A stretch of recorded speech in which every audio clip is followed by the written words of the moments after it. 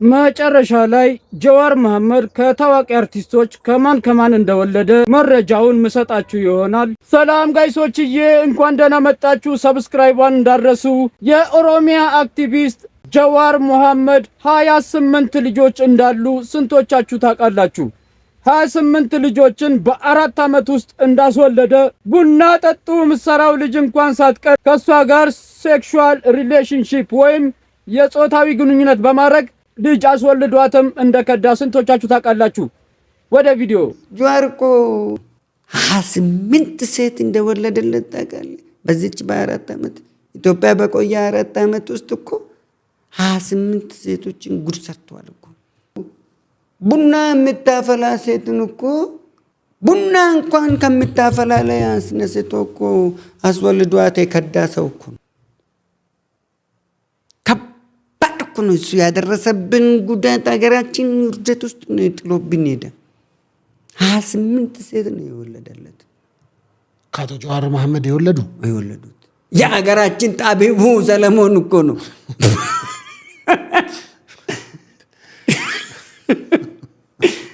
እንዴ የሀገራችን ጣቢቡ ሰለሞን እንዴ እንዴ ጀዋር መሐመድ በነበረ ጊዜ ሀገር ውስጥ በነበረ ጊዜ በ40 አጃቢ ነው የሚሄደው። ጀዋር መሐመድ በነበረ ጊዜ ቦሌ በምኖርበት ዘመን በቀን 5-6 ሙክት ፍየል ሙክት ነው የሚታረደው። እነኚህ ሴቶች ናቸው ጨርሶ የሚውሉት በገዛ ቤቱ። በማህበር ተደራጅቶ እኮ ነው የሚወሉለት። በማህበር ተደራጅቶ እንደ ለፈውስ ነው የሚፈለገው። ምንድነው ብለን ግራ እስክንገባ ድረስ በዘርፈ ብዙ ነገር አዋረደን ጀዋር። ጀግኖቻችን ስንቱን ጀግኖቻችን በላብን ጀዋር። አጫሉን በላ፣ በቴ ኡርጌሳን በላ። ስንቱን ጫካ የሚዋጉትን አባላችሁ እርስ በርሳችሁ። አሁን ኦሮሚያ ውስጥ ያለ በአሁኑ ሰዓት ላይ ኦሮሚያ ውስጥ ያለ ሸኔን የሚመራው ጀዋርና ዘመነ ካሳዬ ናቸው በበላይነት የሚመሩት። ግዳ አርሲ ላይ በቀደም የተፈጠረውን ሳይፈጠር በፊት እኔ በሚዲያ በሀቅና ሳቅ ላይ በደንብ አስቀምጫለሁ ስጋትን። ይሄን ሊፈጥር ነው ይሄ ሰውዬ። አርሲ ላይ በደንብ ጥንቃቄ አድርጉ። ዘርፈ ብዙ ችግር ሊፈጥር ነው። ምርጫን ለመበጥበጥ ቆርጦ ተነስቷል ብዬ ከምርጫ በፊት ከጆርናሊስት ሪያ ዱፌራ ጋር ሁኜ በደንብ ተናግሬያለሁ። በደንብ ተንትኛለሁ። ተጠንቀቁ ብያለሁ ለመንግስት። በስመ ሸኔ ፋኖና ሸኔ አንድነት ፈጥረው አሳደዋል። ግዳ አያና ላይ የተፈጠረውን ወደዛ ሊፈጽም ነው። ሂዱ ጠብቁ ብያለሁ። አርሲ ላይ የፈጸመውን ነገር ቀጥታ መንግስት ነው ሙስሊም ነው የሚለውን አማርኛ ማንም ሰው አይመለከተውም። ቀለም ቤተክርስቲያን ላይ ልሙጥ ቀለም አትቀቡ፣ አረንጓዴ ቢጫ ቀይ ልሙጥ አንፈልግም፣ የቤተክርስቲያን ቀለም አይደለም ብሎ ህዝብ ድሮም ጥያቄ አለው። ነገር ግን ምርጫ ዋዜማን ጠብቆ ኢህአፓና ጀዋር ከነሊደቱ ጋር ተነጋግሮ ቀለሙን ቀቡት ወስዶ የቤተክርስቲያኑን ቀለም ማደስ ጀመረ። ቀለም አንሱልኝ ብሎ ህዝቡ ለመነ። ቀለሙ ላይ ክርክር ነው፣ ጭቅጭቅ ነው። ቀለም አትቀቡ አንፈልግም ከተባለ ቀለም አለመቀባት ነው የሚቀለው ወይስ በልክ ምን አገባችሁ ብለህ መቀባት ነው የሚቀለው? ፋኖ ተሰብስቦ እዛ መሄድ ማለት ምን ማለት ነው? አርሲ ውስጥ ፋኖ ተሰብስቦ እዛ ሲጋጠም ከሸኔ ጋር ሆኖ መከላከያን ልዩ ኃይልን አይተ ከሆነ ያን ጀግና የበሉብን ከምን አንጻር ይመስላል? ለምን ይመስላል መከላከያ ዋጋ የሚከፍለው? የማን እጅ ይመስላል? እኔ በአገር ሰላም ከተማ ውስጥ ቦቲ አርጌ ቱታ ለብሼ ከብት ውስጥ ነው የምውለው። ከብት የወተት ላሞች ከብቶች አሉ፣ የስጋ ከብቶች አሉ። በዚህ አጋጣሚ አደራ ጋብዣለሁ። ፕሮሞሽንም ስራለኝ አደራ እንስራ። ለዘመን መለወጫ ዶሮ፣ ቅቤ፣ አይብ፣ ቆጮ፣ ቡላ፣ ፍየል፣ በግ፣ ኮርማ፣ ሰንጋ እንደ ጉድ ያዘጋጃው ነው አለሁት። ባዛር አዘጋጃለሁ እዛው። ይህ ጎልማሳ እንግዲህ በተለያዩ ጊዜ ለኦሮሞ ህዝብ በጣም ዋጋ የከፈለ ሰው ነው። በኦነግ ሸኔ ምክንያት ከ11 ዓመት ከ8 ወር ድረስ የታሰረ በጣም ከባድ ዋጋ የከፈለ አብይ ሲመጣ ጊዜ ኦነግ ሸኔዎች ሲፈቱ ከነሱ ጋር አንድ ላይ የተፈታ ሰው ነውና በጣም የታገለ በጣም ጥሩና መልካም ከሚባሉ ሰዎች አንደኛው ነው። የእስር ቤት ቋንቋ ወደ ኦሮሞኛ እንዲቀየሩላት ጥያቄ ያስነሳው ይሄ ግለሰብ ነው። አንዴ እሱ የሚለውን ሰምተን እንመለስ። የኦሮሞ ቤት ሁለት ነው፣ አንዱ ክራይ ቤት፣ አንዱ እስር ቤት ተብሎ ነበር እኮ ምን የሚተረትልን ነበር አዲስ አበባ ውስጥ ብለን የሰየም ነው። የእስር ቤት ቋንቋ ኦሮምኛ ይሁንልን ብለን እኮ ጥያቄ ያቀረብን ህዝብ ነበርን እኮ። በእስር ቤት ውስጥ ኦሮሞ ከመብዛቱ የተነሳ ነው። ኦሮሞ ከመቶ 85-95% ሙሉ ኦሮሞ የነበረበት እስር ቤቶች ናቸው አዲስ አበባ የሞሉት እስር ቤቶች። ማዕከላዊ ሂድ፣ እዚህ ከርቸሌን በል ተመልከት፣ ቃሊቲን ተመልከት። የትኛውም እስር ቤቶች ዝዋይ በል የትም ቦታ ላይ ስትሄድ ኦሮሞ ያልሞላበት እስር ቤት ነበረ እንዴ? እርስዎ ኖት የዛ ጊዜ የእስር ቤት ቋንቋ ኦሮምኛ ይሁን ብለው ጥያቄ ማነሱ? ከሁሉም ውስጥ አንዷ እኔ ነኝ። ለምሳሌ 10 ዓመት ከ3 ወር እዛ መኖር ማለት ለኔ ቤቴ ነው ማለት ነው። 10 ዓመት ከ3 ወር ስኖር ቤቴ ነው ማለት ነው ለኔ። ምን አድርገው ነው 10 ዓመት አይ ዶንት ኖ። እሱ በወቅቱ እንግዲህ ያው የነበሩት በህይወት ያሉት ዛሬም ስልጣን ላይ የተቀመጡት አሉ። መጋረጃ ጀርባ ሆነው ሲመሰክሩ የነበሩትም ዛሬም ስልጣን ላይ ያሉትም አሉ።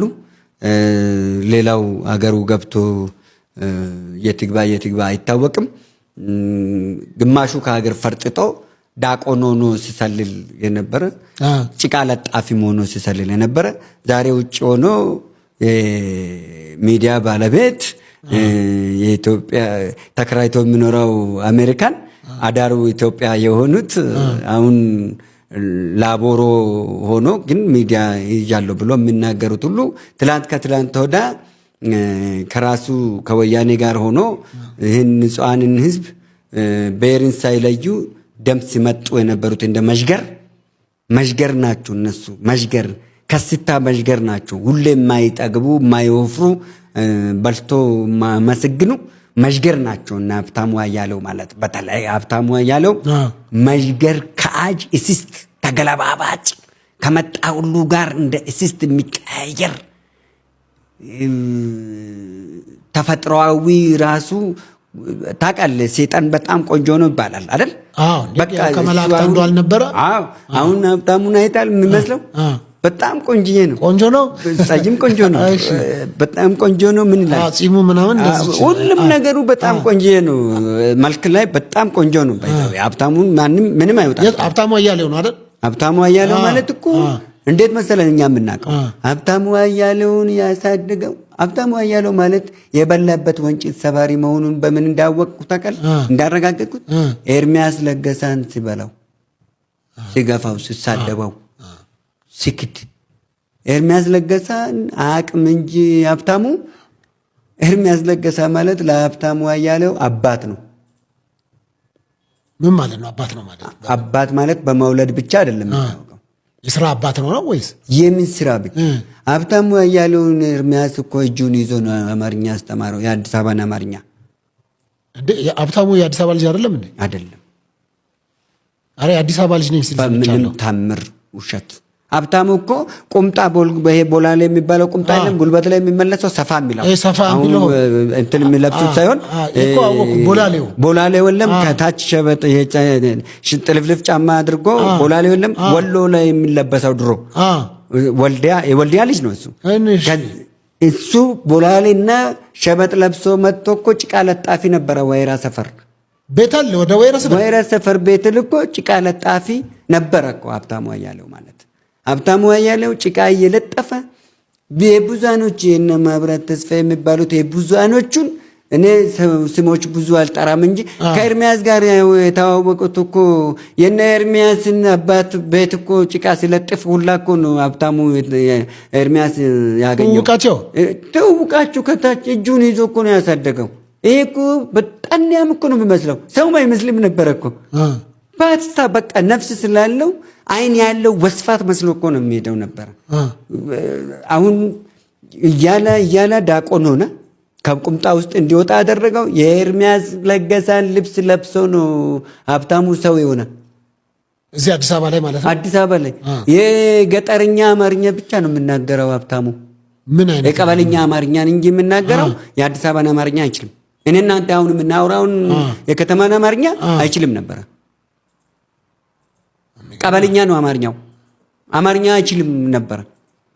አሁን እንደሚያወራ አይደለም ሀብታሙ አያሌው። ሀብታሙ አያሌው አሁን ኤርሚያስ እንደዚህ ምሳችን በላ ብለው ስለ ሽሮ ላይ በላ ሳህኑ ላይ ያወራል። ይገርም። እንደዛ አይደለም እኮ ነገሩ መሆን ያለበት። አንተ እንዴት አንተ ሼም ሊይዝ የሚገባል። አሁን የነ ኤርሚያስ ለገሰ መኖሪያ ቤት ቀበሌ 16 የሚባለው ቀበሌ 14 ወረዳ 4 የሚባለው በነበረበት ዘመን የኔ ኤርሚያስ ቤት ፋይሉ ራሱ ቢታይ የሀብታሙ አያሌው የመነሻ የድሮ የልጅነቱ መታወቂያ የቀበሌ መታወቂያ ይወጣለት በእነሱ ቤት ሳይሆን አይቀርም። ይጠራጠራለሁ። ለምን ኤርሚያስ የዋ ነው፣ ፖለቲከኛ ነው እንጂ የዋ ነው። ሰውን መርዳት ስለሚያውቅበት በኤርሚያስ አይምሮ ነው ዲያቆን ሆነ። ከዲያቆንነት ከጊዮርጊስ ዲያቆንነት ሀብታሙ አያሌው ብሔረ ጽጌ ገባ። የብሔረ ጽጌ ልጅ ነው የሚባለው አይደለም ሀብታሙ። ሀብታሙም ወንድሙም ብሔረ ጽጌ ነው ያደጉት። ትክክል። ሳሪስ ብሔረ ጽጌ ያደጉት። ከዛን አቦ ሳሪስ ዲያቆኑና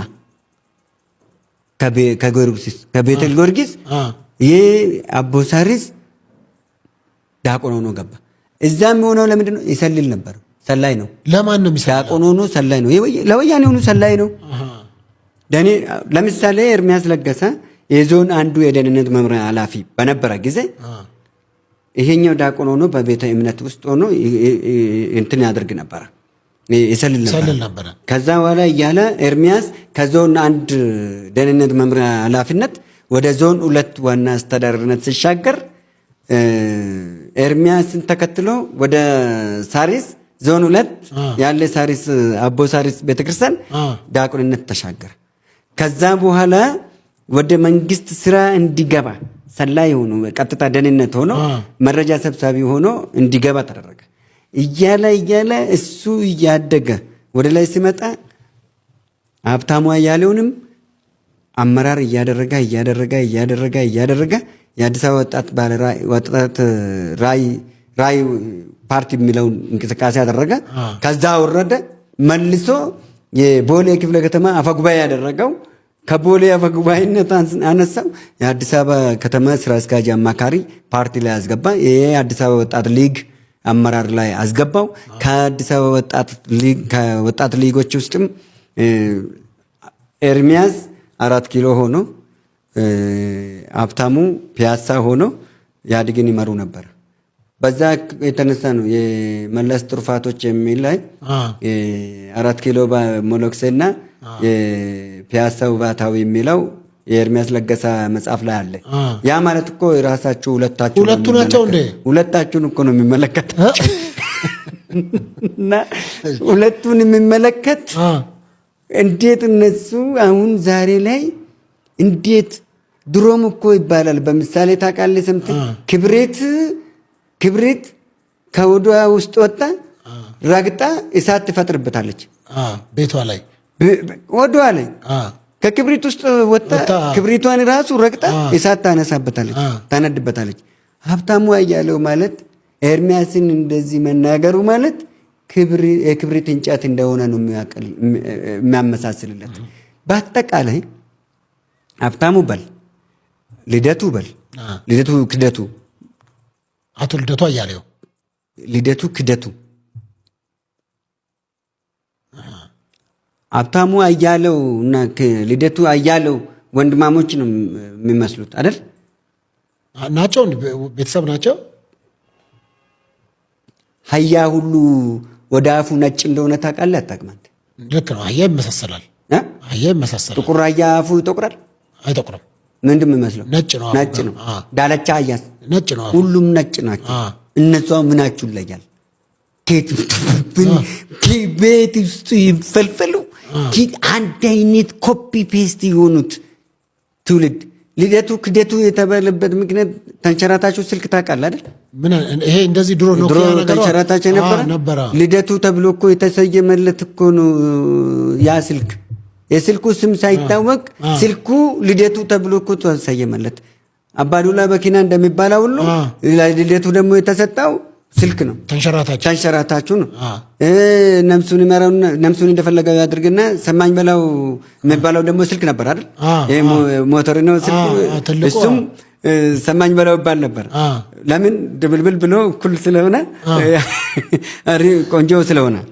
ግን ያኛው እነኚህ ሁለቱ ይሄ ክደቱ የተባለው ለምንድን ነው? ቅንጅት ላይ አይተህ ከሆነ 97 ላይ እነ ብርሃኑ ነጋን ፕሮፌሰሩ እነ ኢንጂነር ኃይሉ ሻዋሪን ሁሉንም ሰብስቧቸው እነሱን አስገብቷቸው እሱ ሸራተን ገባ እኮ። ግን እኔ አሁን ቅድም ሸራተን ያስገባው ማን ነው? ገንዘቡ ነው። በገንዘቡ አይደለም። ታደበ ተሳስተሃል። መለስ ነው ሸራተን የገቡት። መለስ ነው። እነ ጌታቸው አሰፋ ናቸው ያስገቡት። ልደቱ አያሌው ማለት አደገኛ ወያኔ ነው። አደገኛ ወያኔ ፈረስ ነው ከጥንት ጀምሮ።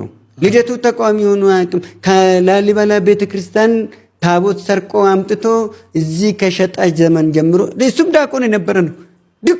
ከዲያቆን ውስጥ እኮ ነው የወጡት እነኚህ ምላሳቸው መንታ እንዲህ እንደ 6 ሰዓት እባብ የ6 ሰዓት እባብ አይተጣቀል እንደዚህ ፀሐዩ ላይ ግራ ቀኙ ይቆምና ምላሱ መርዝ ብቻ ነው የሚረጨው።